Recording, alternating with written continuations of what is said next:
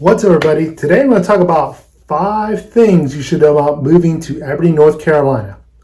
Hello, my name is James. And I do videos about moving to North Carolina.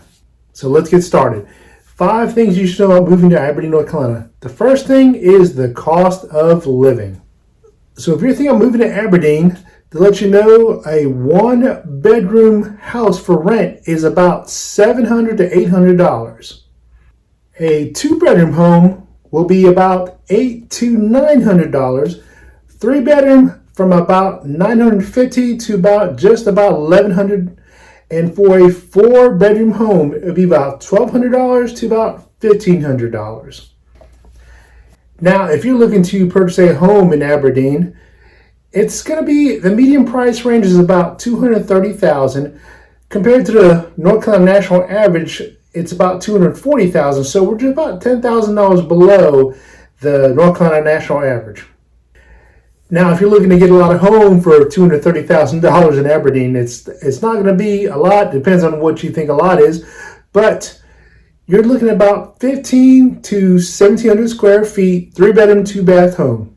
Now, Aberdeen is very small. Population is about 7,000 people, and it's about 10 square miles. So it's not very big, but the good thing is you are next to Southern Pines, Pinehurst, Whispering Pines, and you're not that far from Fayetteville and from Raleigh. Your utilities for your home will probably run about $230, $240 for electricity a month. For your water bill, if it's water and sewer, it's probably going to be about $40 to $50 if you're on city water and sewer. If you got a well and a septic, that of course could fluctuate the price, but then again, you got to remember you have an electric pump to run your well. Your internet's probably going to run about $60 to $80. And I think they only have Spectrum out there and CenturyLink. If you're moving to Aberdeen, you're probably going to need a car. It's a very small town, almost like I said, it's only 10 square miles. So you're going to probably need a vehicle, or at least a good bike. And your gas prices are going to run between $2.70 and about $2.85 right now as we speak, and it's now September 18th, 2021. The next thing I can talk about is the crime rate in Aberdeen. The crime rate there is very low. It's a very small town, like I said, 7,000 population, 10 square miles. But they do have their fair share of crime. They had 31 violent assaults. They had 0 homicides, and this is all in 2019. I was unable to find the stats for 2020.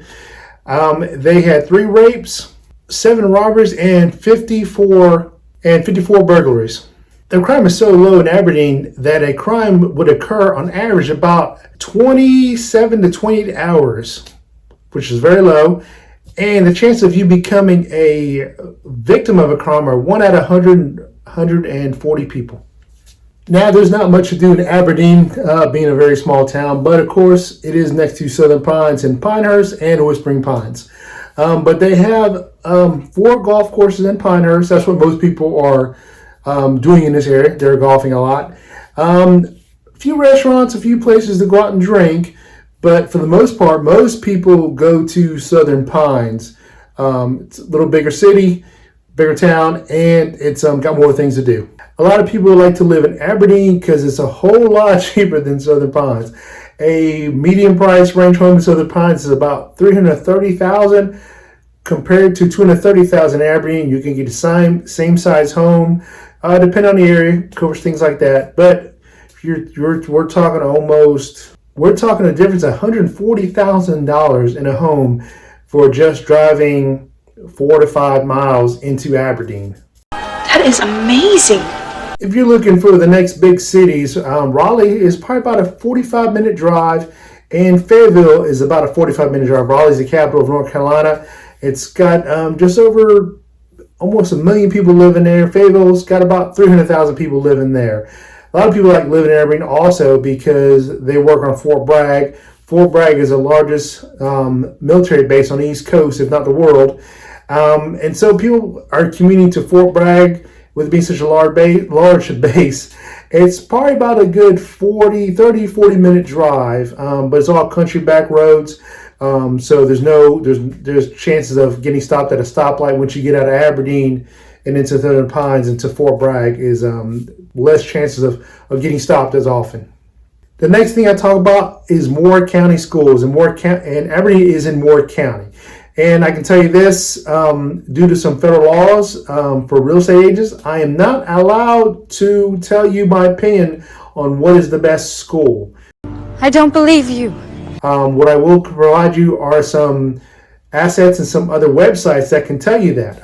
For instance, I'm going to give you some websites. There'll be a description below, but they will rank the schools. They'll basically give you a report card on the school and let you know. I looked this up already for you, but Moore County is above average school for North Carolina. Their graduation rate is 10% higher than the national average for North Carolina.